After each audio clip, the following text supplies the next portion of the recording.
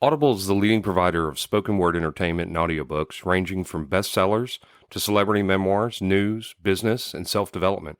Every month, members get 1 credit to pick any title, plus 2 Audible originals from a monthly selection, and access to daily news digests from the New York Times, the Wall Street Journal, and the Washington Post, as well as guided meditation programs. Between a full-time job in IT and a full-time job in podcasting, it gets harder and harder to sit down and read the books I'm interested in. This is where Audible comes in. I can listen on my daily commute, relaxing, or while out running errands and still get in the books I've been wanting to get into. You can download titles and listen offline anytime, anywhere. The app is free and can be installed on all smartphones and tablets. Now you can try Audible risk-free with a special 30-day free trial by visiting audibletrial.com/nerdery and murdery. That's audibletrial.com/nerdery and murdery. Don't let your busy life get in the way of that great book you've been wanting to read. Go get your free trial of Audible today. This podcast is sponsored by BetterHelp. This is Geoffrey, and we've talked about many times before that I experience problems and struggles with my mental health, and really without a healthy mind, being truly happy and at peace is hard. The good news is therapy does work. It's helped for me, but what is therapy exactly? It's whatever you want it to be. Maybe you're not feeling motivated right now and would like some tools to help. Or maybe you're feeling insecure in relationships at work, or you're not dealing well with stress. Whatever you need, it's really time to stop being ashamed of normal human struggles, and it's time to start feeling better because you deserve to be happy. And now you don't have to worry about finding an in-person therapist near you to help. BetterHelp is a customized online therapy that offers video, phone, and even live chat sessions with your therapist, so you don't have to see anyone on camera if you don't want to. It's much more affordable than in-person therapy, and you can start communicating with your therapist in under 48 hours. So join the millions of people who are seeing what online therapy is really about. It's always a good time to invest in yourself because you are your greatest asset.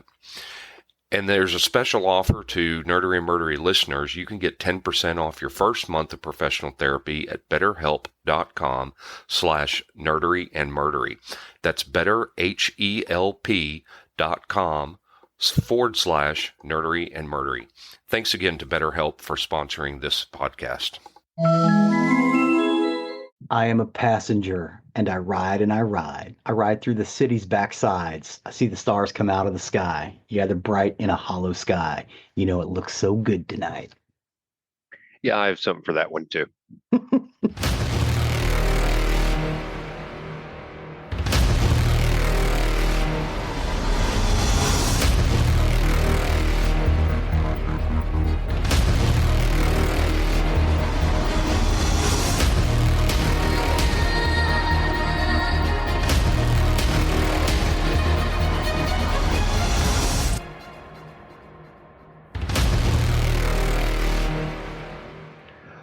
Welcome to episode 196 of Nerdery and Murdery.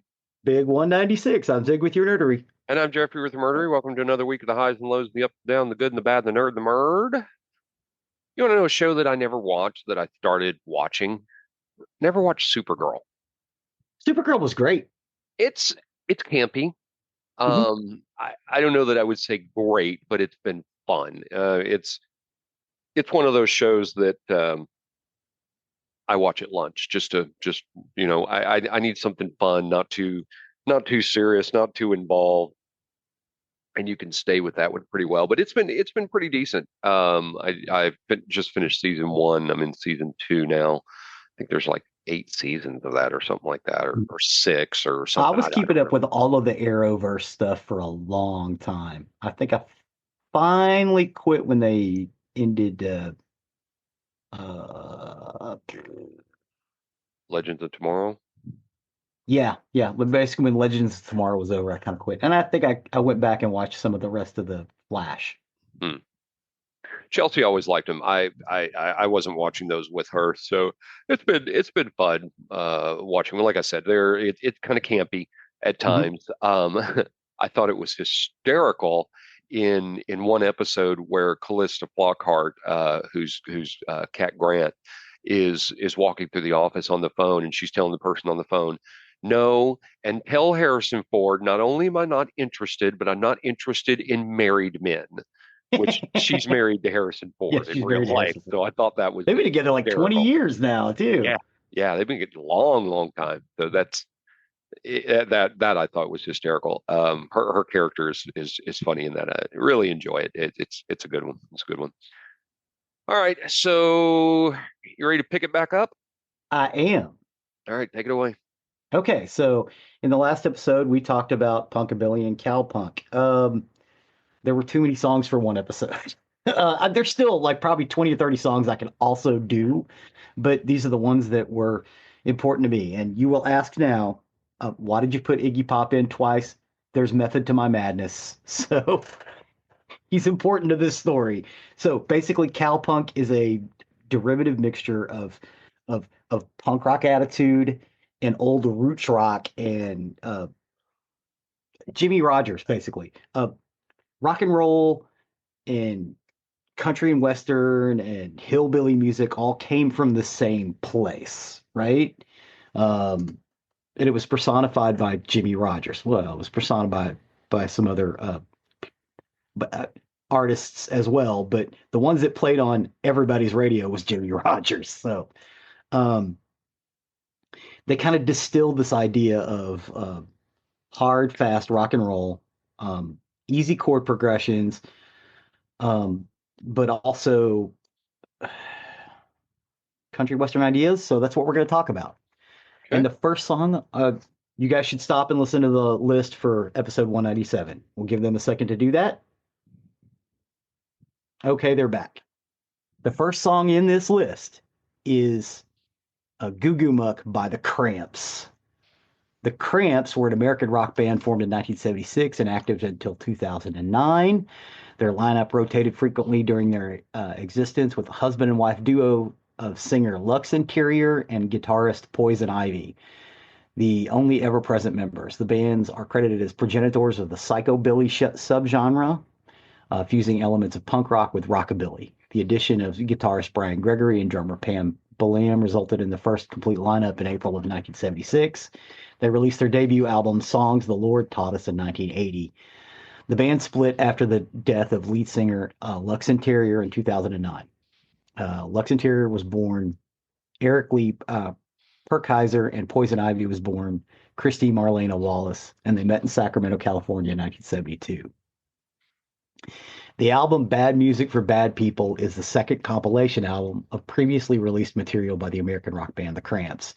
It was released in 1984 on IRS Records and was seen by many fans as a cynical cash-in by the record label following the departure of the band. Sounds, the now defunct UK music paper, gave the album a 5-star review, but said Miles Copeland's IRS label picked the carrion of the former label mates even cleaner by releasing a watered-down version of the Off the Bone singles collection that was released in the UK.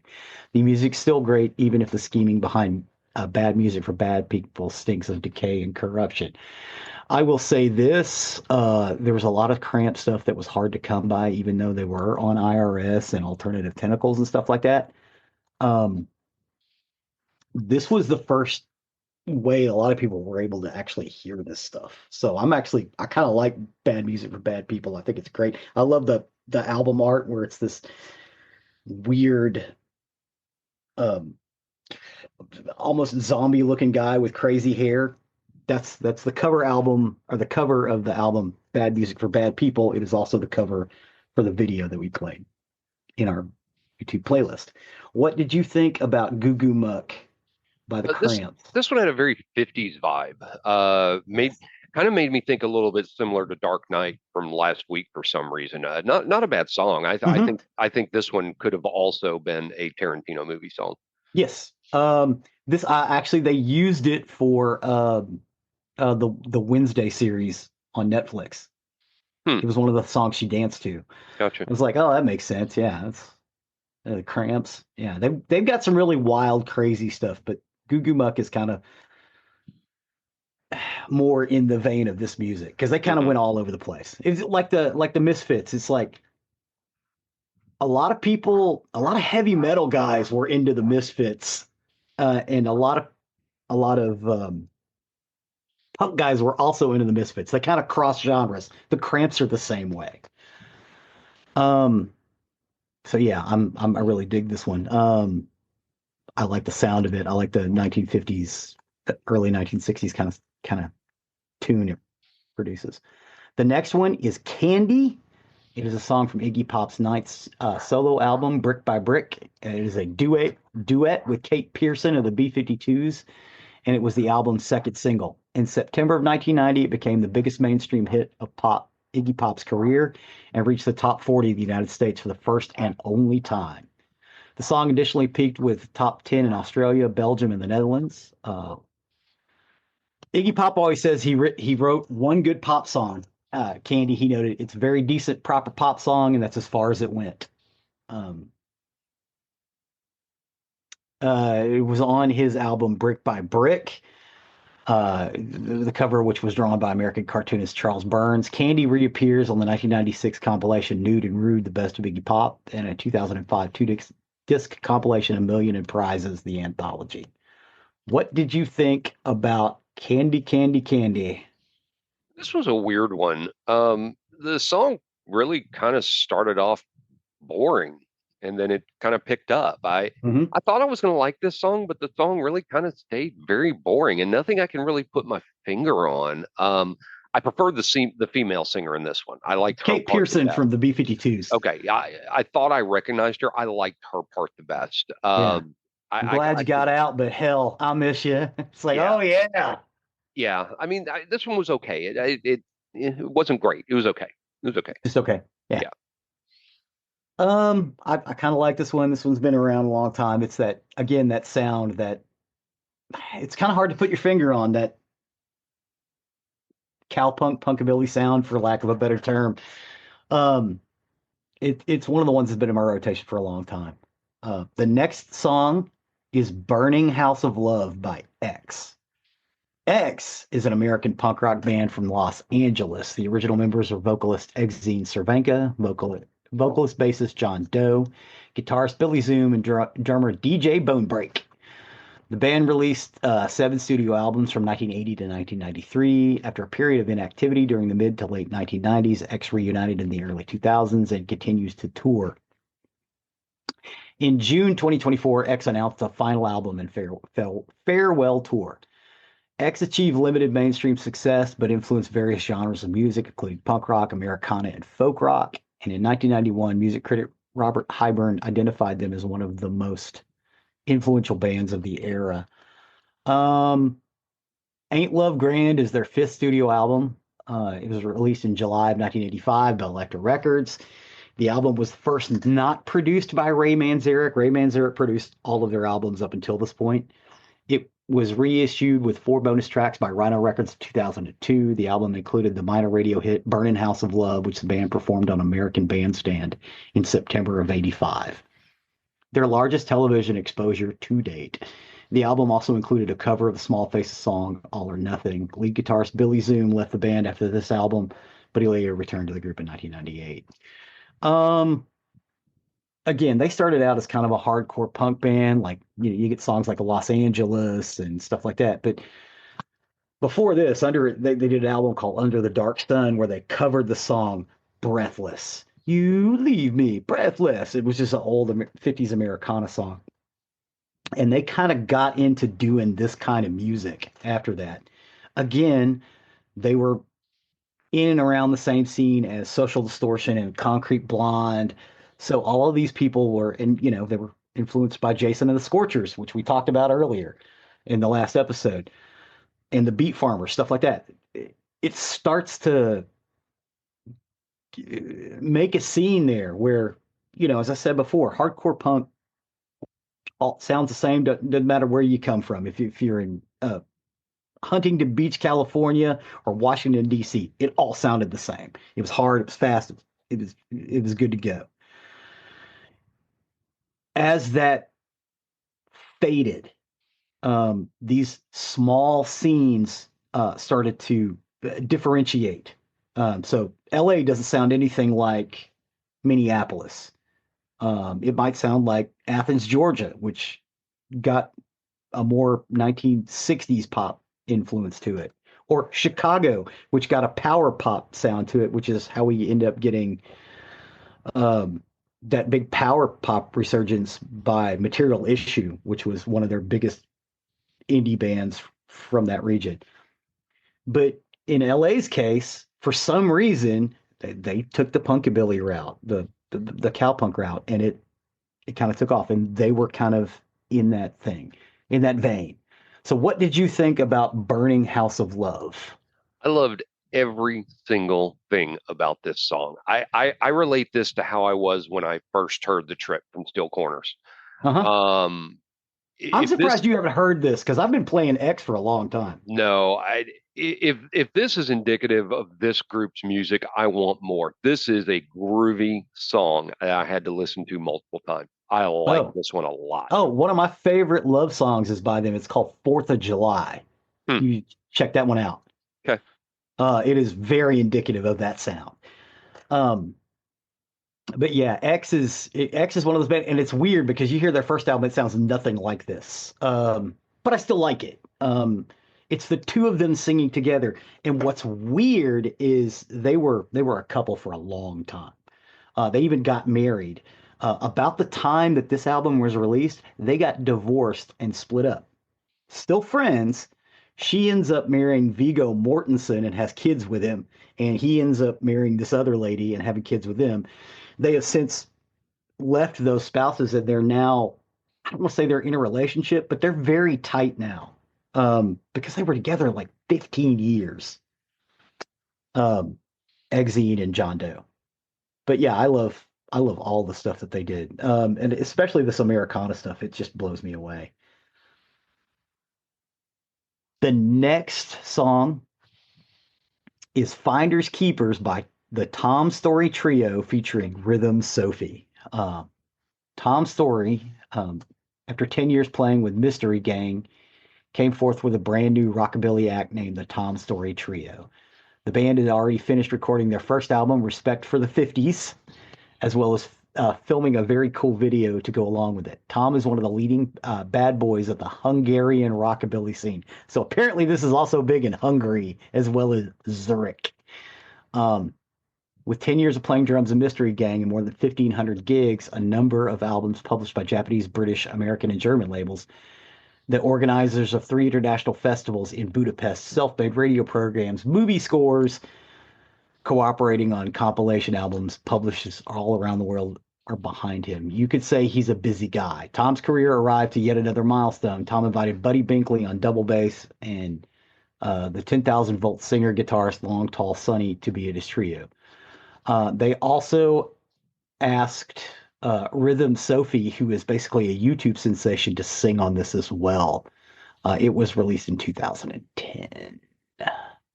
What did you think about Finders Keepers by the Tom Story Trio featuring Rhythm Sophie?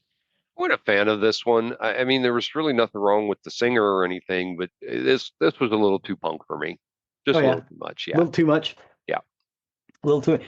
Yeah, but you did detect a lot of the 50s in there, right? Yeah. Oh yeah. Yeah, it's all over that. The next one is Born with a Tail by the Super Suckers. The Super Suckers are an American rock band formed in '88, whose music ranges from alternative rock to country rock to cowpunk. All music described the band as that bastard sons of Foghat, AC/DC, and ZZ Top after being weaned on punk rock, but unafraid of massive guitar riffs, outsized personalities, or pledging allegiance to sex, weed, and Satan with a wink and a nudge. Um, Bassist singer Eddie Spaghetti, his real name is Edward Daly, leads the band and its only constant member. The current lineup also consists of guitarist Marty Chandler, drummer Christopher Von Stricker. Their most recent album, Play That Rock and Roll, was released in February of 2020. This, however, is off of the Sacrilegious Sounds of the Super Suckers, which is their third studio album. It was released on August 8th of 1995 on Sub Pop, the same label as Nirvana. The word sacrilegious is sacrilegious is a portmanteau of sacrilegious and delicious. It was popularized in Homer Loves Flanders, a 1994 episode of the television series The Simpsons. The Super Suckers are not a serious band. They have never been a serious band. the guy's name is Eddie Spaghetti, you know? Um, but Born with a Tail is one of those tunes that I've been listening to for a long time that was indie, and I can never understand why more people didn't listen to it. The Super Suckers are great, and they're touring right now. What did you think with Born with a Tail by the Super Suckers? I thought it sounded honestly to me like they were trying to be the Dead Milkmen or something like that. I didn't like it. It Oh yeah, yeah, little too much humor. yeah. They are humorous. That's one of the. I mean, they call themselves the Super Suckers. They're all about having a good time. Um, Party band. But I love that cowpunk sound, and on that album, they really kind of delved into it. Um, the next one is "Don't Tear It Down" by V Spy. V Spy. Um, they're actually Thought that known. name was interesting. They're actually known as Spy versus Spy. I was They wondering. got sued, Right. and they didn't make a whole lot of money, so they couldn't fight it. Um, it's from AO Mod TV VRs. It's a second studio album by the Australian rock band. I'm gonna say Spy versus Spy. It was produced by Leszek Karski of the Boys Next Door, Midnight Oil, and the Knots, and released through WEA in December of 1986. The title is an abbreviation of Adults Only Modified Television Version, which used to appear at the bottom of late night movies in Australia at the time. The album peaked at number 12 on the Kent Music Report and went gold. For this album, Spy vs. Spy recorded as V Spy V Spy, and the lineup was originally trio Craig Bloxham on bass, guitarist, lead vocals, Cliff Grant on drums, and percussion. Oh, I'm sorry. Cliff Grant was guitarist and lead vocals, and Mike Wiley was on lead guitars as well as drums. The album provided 3 singles: "Don't Tear It Down," inspired by the Department of Main Road seeking to demolish the band's Darling Street squat. So they're singing about the squat that they lived in that was about to be torn down, and they weren't going to have any place to live. Luckily, this song was kind of a hit, so they actually made some money. Spy versus Spy had a hard time making it, even though they were contemporaries of Midnight Oil and the Church and In Excess and stuff. They never really played as big here, and so they were kind of destitute for most of their period. But this particular song made it, and it played real big on the indie radio for years over here. Um, but it has that deep heart, and they weren't even trying to do a rockabilly thing, but it kind of hit there anyway. What did you think about V Spy V Spy or Spy versus Spy? Don't tear it down. Wasn't a bad song. It wasn't great. It was just okay. I didn't hate it for sure, but it was just it was okay. Yeah, His eye. Yeah. yeah. I didn't hate your life for having me listen to that song. That wasn't one. The next one is Mother Earth by the Gun Club. The Gun Club were an American post-punk band from Los Angeles that existed from 1979 to 1996. Created and led by singer-songwriter and guitarist Geoffrey Lee Pierce. They were notable on one of the first bands in the punk rock subculture to incorporate influences from blues, rockabilly, and country music. The Gun Club has been called a tribal psychobilly blues band, as well as initiators of the punk blues sound, Cow Punk. Pierce took Robert Johnson and pre-war acoustic blues and punkified it. Up until the band were drawn on Iggy and the Stooges and the New York Dolls, but he took it back so much further for inspiration. Miami is the second studio album by the Gun Club. It was released in 1982. It was released on Animal Records, founded by guitarist Chris Stein of Blondie, who also produced the album. Deborah Harry, also of Blondie, appears as a backing singer on various tracks on the album under the pseudonym D.H. Lawrence Jr. The album's front cover photograph does not include the bassist Rob Ritter, who had already left the band before leaving. Ritter first taught all the bass lines to Patricia Morrison, his replacement in the Gun Club and former bandmate of the Bags. Patricia Morrison then went on to join Sisters of Mercy, and we will talk about her a lot more in a couple of goth episodes that are coming up, because once I did this, I realized I had to do some goth too, because there's a lot of crossover. And then she ended up joining the Damned, and then after the Damned, she and Dave Vanian got married and had kids, and now they're English aristocracy, which is weird. But yeah, the Gun Club, Mother of Earth. What did you think about that song? I really love the opening of this song, and as the song went on, I still liked it. I was shocked it didn't take a turn. I kind of expect that with the punk that I might start off liking it and then it goes way south. Goes way south. This was a good song. This Yeah. was a good choice. Yeah, the Gun Club is a great band. They're a lot of fun. Apparently that Pierce guy's hard to work with, so nobody really stays in that band too long, or didn't. But the stuff he puts together, because he'll throw out a Robert Johnson song on one of these albums, and it'd be like, what? You know, and that kind of weirded people out, which is weird because Eric Clapton did it like 10 years later, and everybody loved him for it. The next one is by James Newell Osterberg Jr., also known as Iggy Pop. He is known professionally as Iggy Pop. He's an American singer, musician, songwriter, actor, and radio broadcaster. He was a vocalist and lyricist of the proto-punk band The Stooges, who formed in 1967 and have disbanded and reunited many times since. Often called the godfather of punk, he has been rated as one of the 50 great voices by NPR. He was inducted into the Rock and Roll Hall of Fame. He does have a very raw, primitive style of rock and roll. He did do a lot of stuff with David Bowie and Lou Reed. He worked on the albums The Idiot and Lust for Life. Passenger is actually off of one of those albums.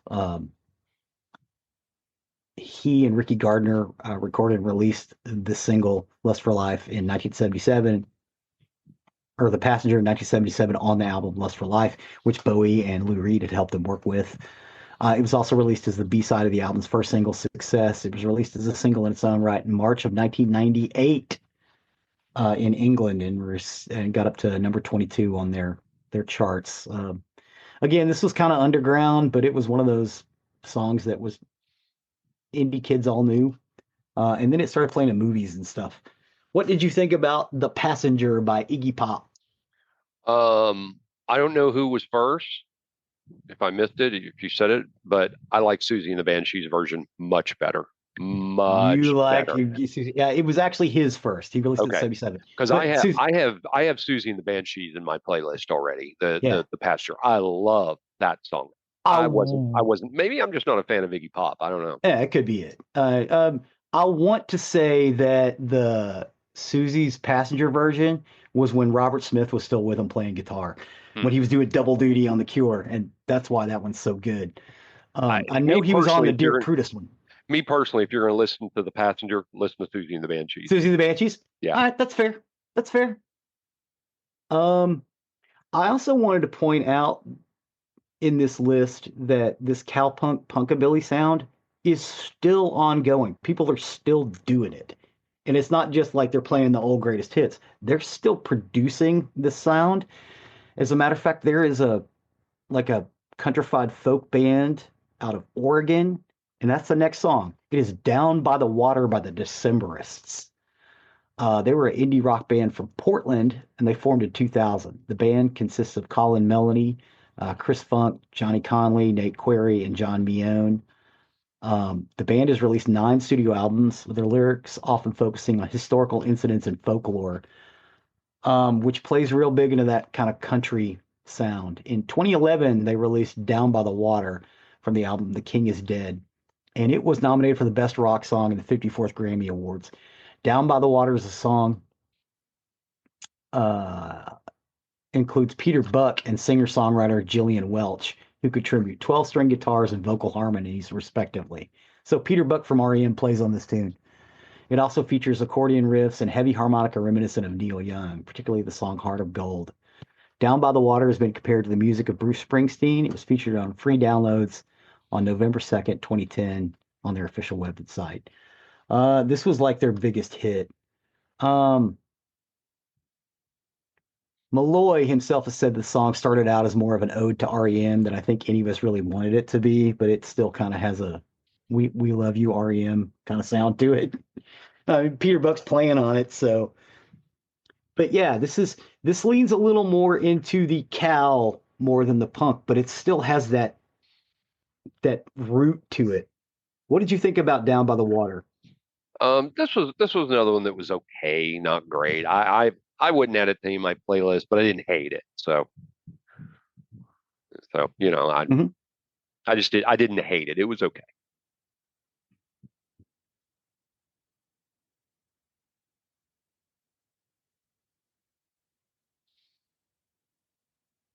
You all right?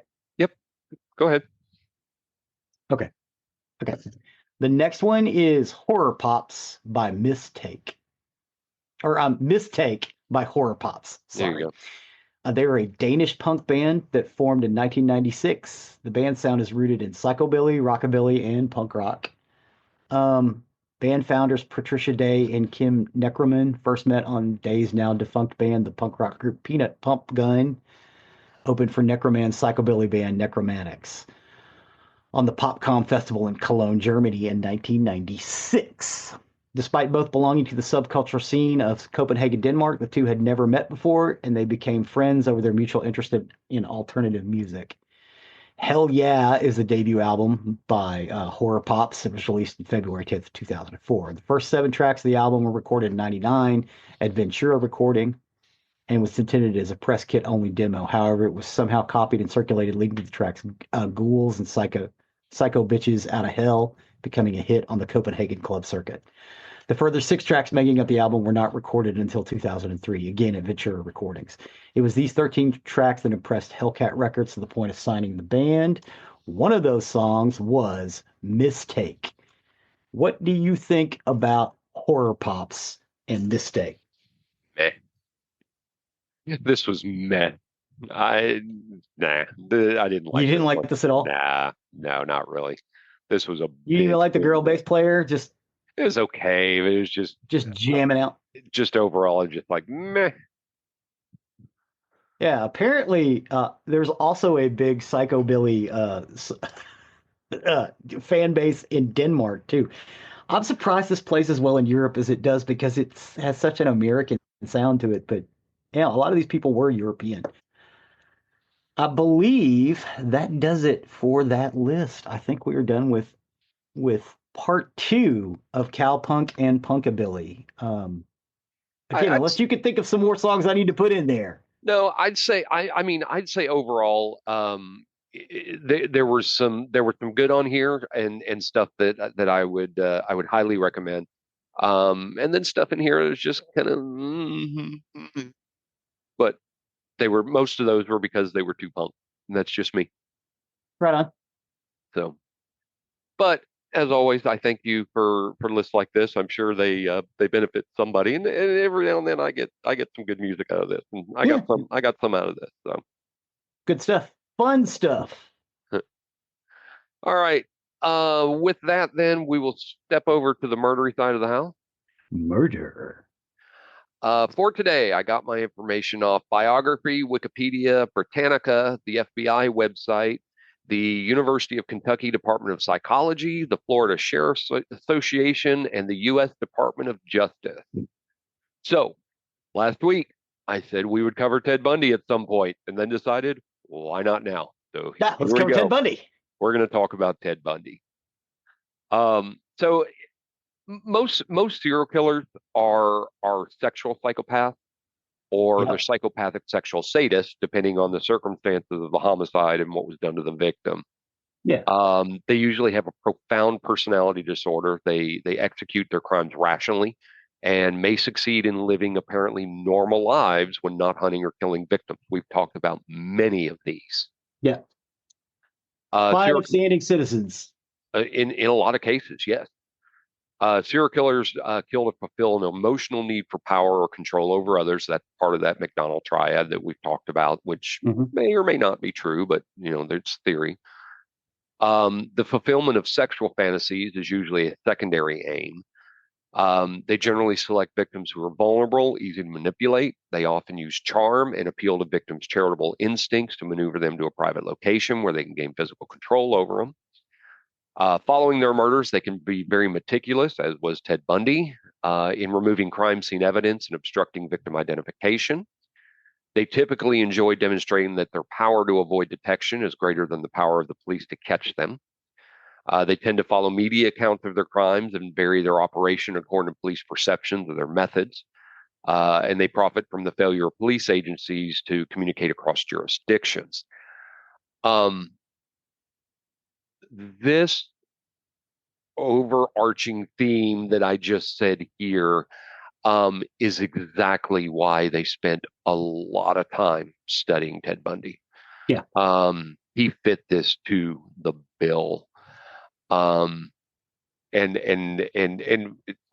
to the, we'll get there, but so much was done to study him, and there's been so much documented about him. So with that, who was Ted Bundy?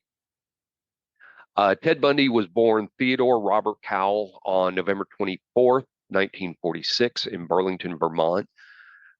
He started his life as his mother's secret shame. He was born illegitimately, and it deeply humiliated her religious parents. His mother, Eleanor Louise Cowell, was unmarried at the time of his birth, which led to early confusion about his parentage. When she was 22 years old, she delivered Ted at a home for unwed mothers. Ted's birth certificate lists his father as unknown, so his biological identity may never be confirmed. However, there's some theories about who he might be. Anne Rule, a co-worker of Ted's and the author of The Stranger Beside Me, suggests Ted's father might have been Lloyd Marshall, who was an Air Force veteran and Penn State graduate. Other sources say Ted's father is Jack Worthington, and some rumors have it that his father was also his grandfather. Oh. For much of his early childhood, he was raised by his grandparents, who led him to believe they were his parents and that his mother was his sister.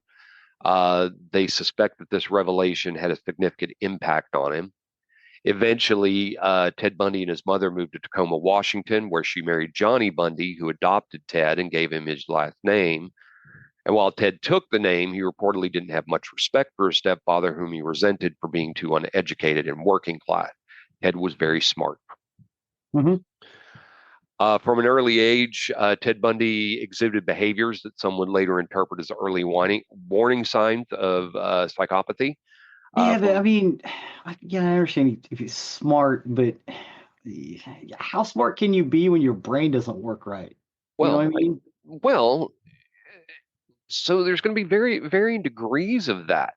There's a lot of geniuses that they think have Asperger's. Yeah. That their brain doesn't quite work that way. Yeah. This is why these serial killers need to be studied more, and especially why they studied Bundy is Mm-hmm. to find out why somebody so smart, Mm-hmm. what key turned them. What was did the switch? Okay, right? I got you. I'm sorry, I didn't mean to interrupt. No, you're fine. I may pose questions. No, I understand what you're saying but a lot of these serial killers have ended up being very, very extremely smart individuals, and they had to be to get away with it for so long. Yeah, that's true. Know? I mean, Ted Bundy got away with it for a while, Yeah. while they knew he was doing it. Well, and from all appearances, he grew up in a content working class family. He did show an unusual interest in the macabre at an early age. Around the age of 3, he became fascinated by knives. He was also known to pick apart mice in the woods and try to drown people while swimming or boating. And he showed no sense of remorse, guilt, embarrassment, or shame. He was described as socially awkward but intelligent. He attended the University of Washington, where he studied psychology and later briefly attended law school. So, like I said, he was smart. Yeah. Despite his outward charm and intelligence, though, Ted Bundy struggled with rejection, particularly from women, which some analysts suggest played a role in his later crimes. His fascination with crime, particularly violent crimes against women, was evident during his teenage years. He was known to peek into windows, steal, and engage in behavior that hinted at a growing sense of detachment from moral or ethical consequences. Some do speculate that this early behavior set the stage for his future crimes. Psychologists and criminal profilers have long debated the potent triggers that led Ted Bundy down the path of becoming a serial killer. Some theories point to the discovery of his true parentage, while others speculate about his experiences with rejection and his inability to establish long-lasting romantic relationships. Bundy Were was they known. so the women he were with, or were they also? Because I seem to remember dark hair, long dark hair parted down the middle. We're getting there. Okay. Yeah, All right. Sorry. Yeah, we're actually going to cover exactly what you're talking about. He was known for being manipulative and deceptive, qualities that allowed him to blend into society. During his college years, he became obsessed with crime stories, particularly those involving violent crimes against women. While at the University of Washington, he fell in love with a wealthy, pretty woman from California named Diane Edwards. She had everything he wanted: money, class, and influence, and he was said to have been devastated by their breakup. Most of his victims resembled her. Attractive students with long dark hair. Mm-hmm. Parted down the middle, not feathered, just straight down. Some believe that his fascination with Diane probably influenced his decision to begin killing. Additionally, a failed relationship with a woman named Stephanie Brooks is often cited as a pivotal moment in his psychological decline. He would later date women who closely resembled Stephanie Brooks in appearance, leading some to believe that his crimes were in part motivated by revenge. So there had to be kind of a combination of the two. No, okay. But his dream woman was between Diane and Stephanie. Yep.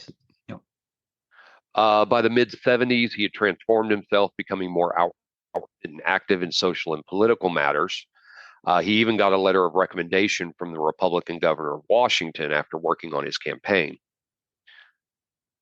His victims dominantly young women, typically college age. He often used deception as a means to lure them to their deaths, sometimes pretending to need help with an injury or posing as an authority figure. Once alone with his victims, he would overpower them, often bludgeoning them unconscious before kidnapping, assaulting, and ultimately killing them. His methods varied, but frequently included strangulation and bludgeoning. And again, his varying methods was another reason it took so long to catch him. Many of his victims' bodies were later discovered in remote locations. His killing spree spanned the states, multiple states, including Washington, Oregon, Utah, and Colorado. There's some debate as to when he started killing. Most sources say he began his rampage around 1974. Around this time, many women in the Seattle area and nearby Oregon went missing. Stories circulated about some of the victims last being seen in the company of a young, dark-haired man known as Ted. However, criminologist Matt DeLisi argues in a 2023 book that Bundy likely murdered more than 100 people and started killing in adolescence. He said, quote, Bundy dropped a lot of clues that there were way more murders. And the pacing and confidence with which he's killing between 1974 and 1978 indicates there's no way he could have just started. Ultimately, though, the exact number of women Bundy killed will never be known.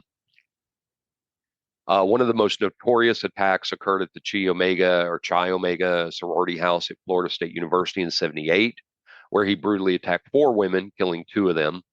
And he was also responsible for the kidnapping and murder of 12-year-old Kimberly Leach, which is his final known victim. He frequently revisited the bodies of those he abducted, grooming and performing sex acts on the corpses until decomposition and destruction by wild animals made further interactions possible. He decapitated at least 12 of his victims, keeping their severed heads as mementos in his apartment. And on a few occasions, Ted Bundy broke into homes at night and bludgeoned, maimed, and strangled and sexually assaulted his victims in their sleep. Ann Rule characterized Bundy as, quote, a sadistic sociopath who took pleasure from another human's pain and the control he had over his victims to the point of death and even after. He once described himself as, quote, the most cold-hearted son of a bitch you'll ever meet. He told this to his attorney, Polly Nelson, who was a member of his defense team, and Polly agreed. She wrote, quote, Ted was the very definition of heartless evil. He was particularly interesting because he was charming and articulate. A lot of people wondered how a clean-cut law student with no criminal record could be responsible for dozens of murders because he didn't fit the profile. The facts of the case are captivating, but Bundy was not unique in being a serial murderer. Psychology expert Thomas Widger said, quote, he was for the most part emotionally stable. Trait common to all sociopaths is the ability to be deceptive, to lie with ease. The classic phrase in psychopathy literature is they wear a mask of sanity. There's probably a serial murder someplace in the United States at any given moment that can be very difficult to catch because there is no personal connection between them and the victim. Ted Bundy did receive a mental health evaluation when he was on trial for the Florida murders. In fact, he was interviewed by Hervey Fleckley, who's considered to be the father of psychopathy. He diagnosed Bundy as a psychopath. By definition, psychopathy refers to, quote, social predators who charm, manipulate, and ruthlessly plow their way through life, completely lacking in conscience and feeling for others. They selfishly take what they want and they do as they please, violating social norms and expectations without the slightest sense of guilt or regret. Psychopath is a personality trait that falls under antisocial personality disorder. And people with antisocial personality disorder have a long-term pattern of violating the rights of others without remorse. Whittaker says Cleckley's analysis is mostly accurate, but he said, however, Bundy would also be diagnosed with necrophilia, paraphilia, and sadism, to be more precise. According to Whittaker's research, Bundy had the following traits: antagonism, being deceptive, manipulative, callous, exploitative, and arrogant; extroversion, engaging and assertive; high conscientiousness; low neuroticism, which was his glib charm and fearlessness. And Widger had come to the conclusion that there are, quote, successful psychopaths, people who have the core characteristics of a psychopath, yet somehow manage to succeed in exploiting others while avoiding punishment. Widger believes to this day that continued research is a useful tool for learning and learning more and dealing with predatory psychopaths. And I 100% agree to this. The list of Bundy's known victims were Linda Ann Healy, January 31st, 1974. She was abducted from her basement in Seattle, Washington, and her skull was later found at Taylor Mountain.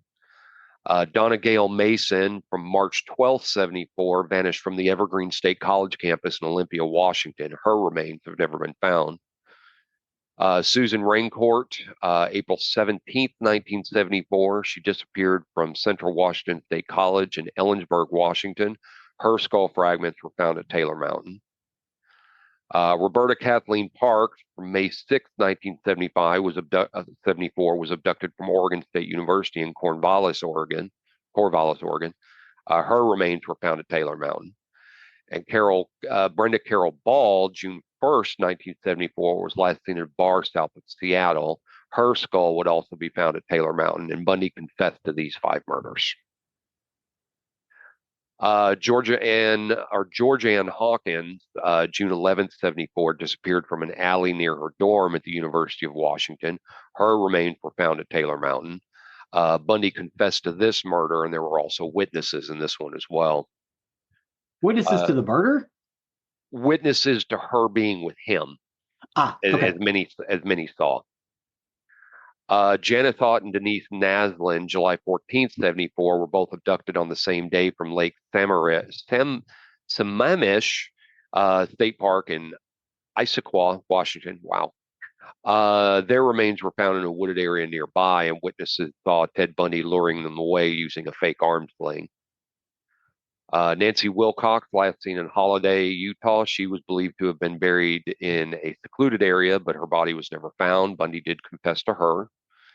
Melissa Smith, kidnapped October 18th, 1974, from Midvale, Utah. Her body was found strangled and sexually assaulted. Forensics evidence linked Ted Bundy here, and he later confessed. Laura Ann Amy, October 31st, 1974, disappeared after. Yeah, we're still in 1974. Oh, yeah. Yeah. Fuck, you got 2 in one day. Yeah. She disappeared after leaving a cafe in Lehi, Utah. Her body was found beaten, strangled, and sexually assaulted. Ted Bundy just confessed to this murder.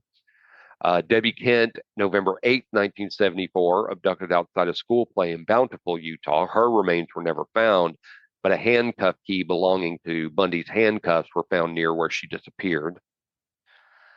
Karen Campbell, January 12th, 1975, so now we're on to 75.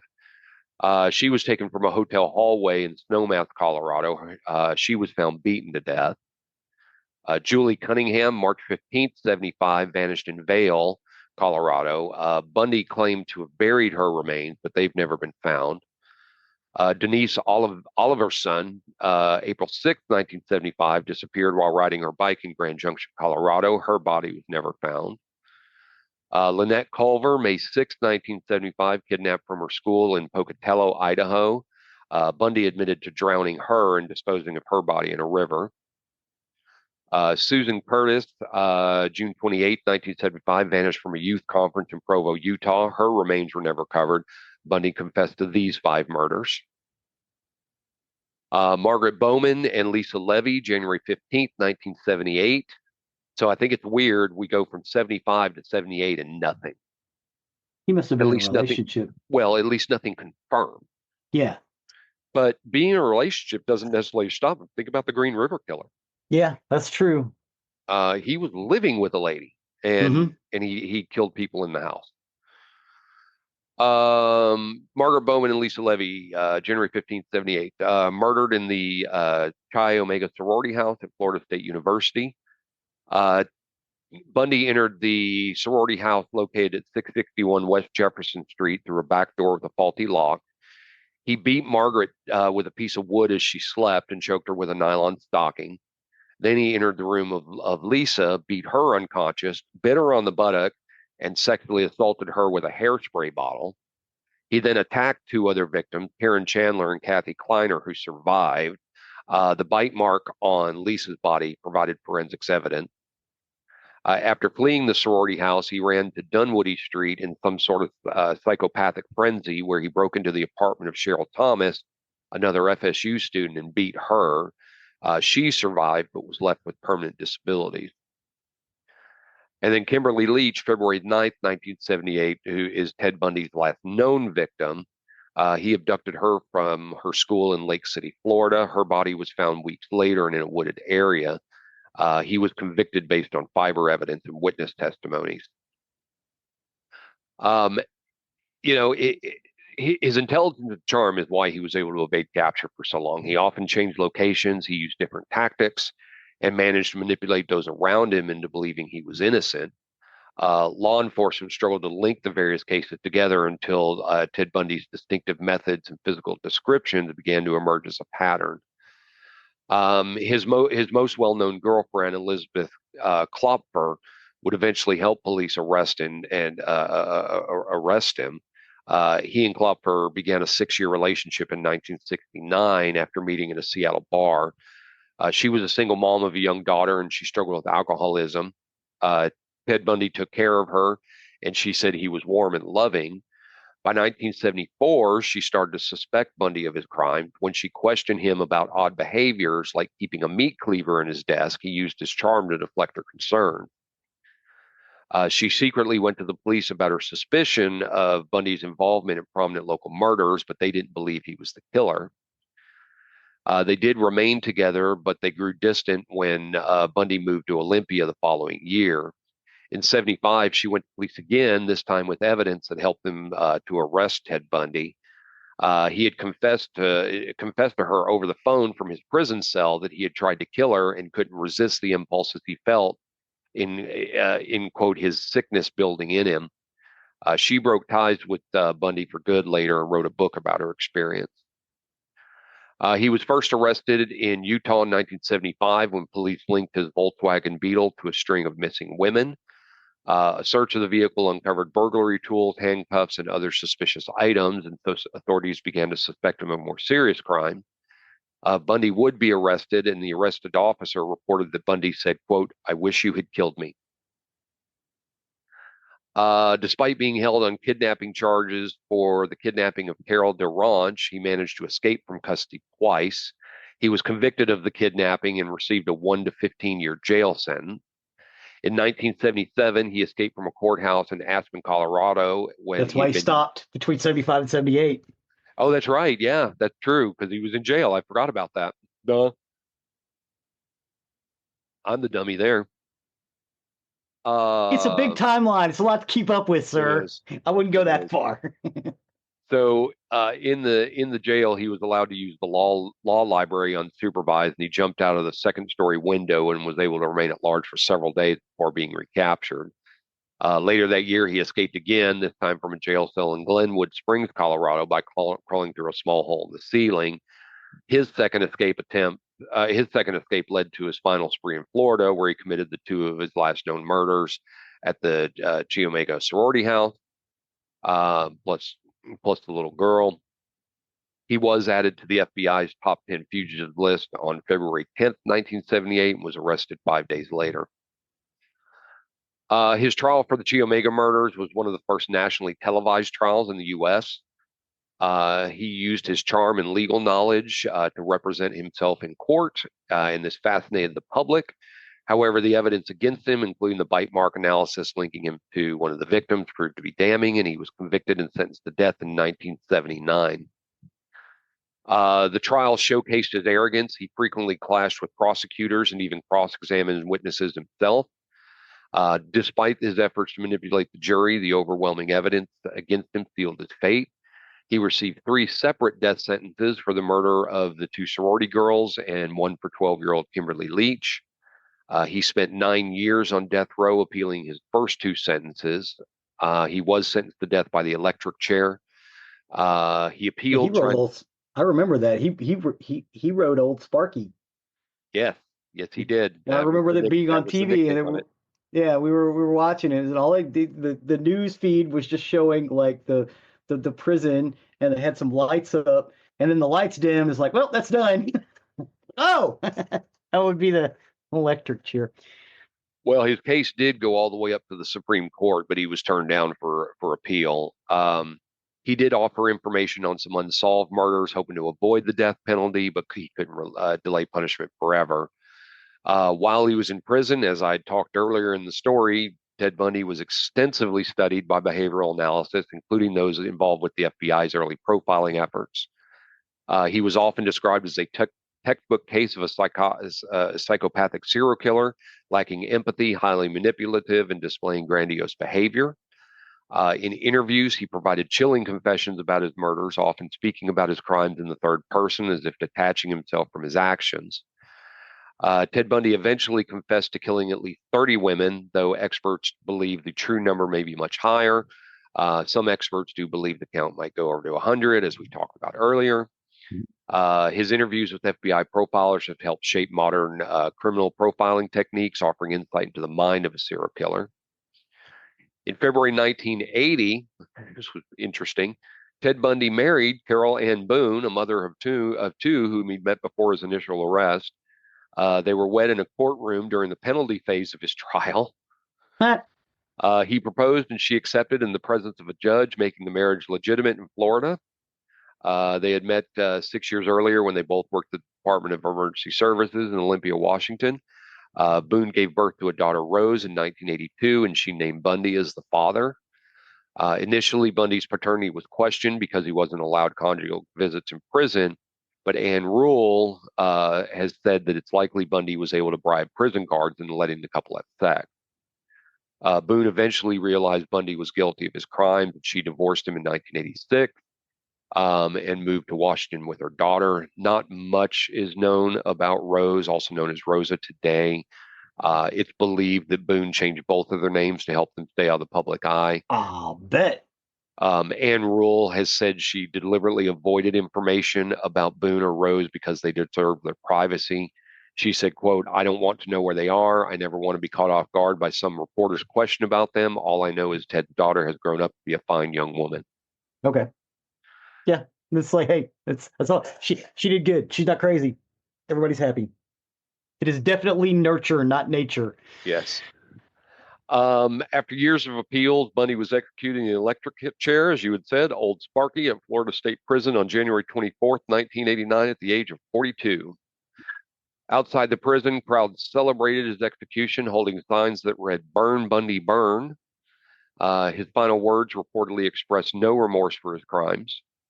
His execution marked the end of a very chilling chapter in American criminal history, yet his influence on criminology and law enforcement remains significant. Following his execution, scientists removed Bundy's brain and studied it for signs of physical abnormalities that could have explained his violent behavior. However, they didn't find any. He was cremated in Gainesville, Florida, but there was no public ceremony. Before he was executed, he requested his ashes be scattered in the Cascade Mountains of Washington State, where he murdered at least 4 of his victims.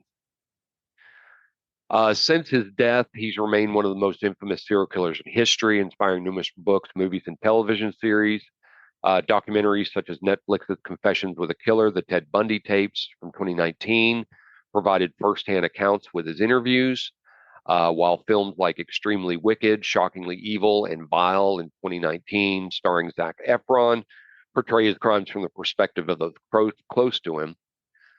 His case has been analyzed in numerous crime books, including The Stranger Beside Me by Anne Rule, that we mentioned earlier, who personally knew Ted before discovering his true nature.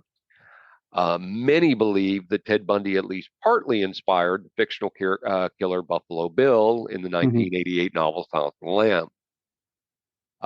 His manipulative charm and horrifying crimes continue to captivate the public, making him one of the most studied serial killers in history.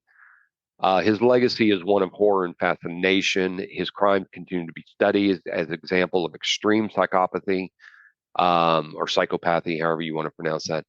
In his case, is a cautionary tales about the dangers of manipulative individuals who appear outwardly normal.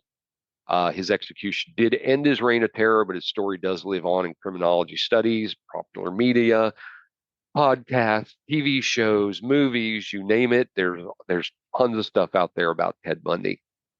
He is a fascinating case study, and I'd had him on my list for a very long time, and finally decided it was time to dive into that. But that's the story of Ted Bundy. Well, thank you for that, sir. If you've got pictures, kids, look at the pictures of Ted Bundy. Ted Bundy doesn't look like he's capable of those things. No. If you look at Ted Bundy's face, he's an everyman.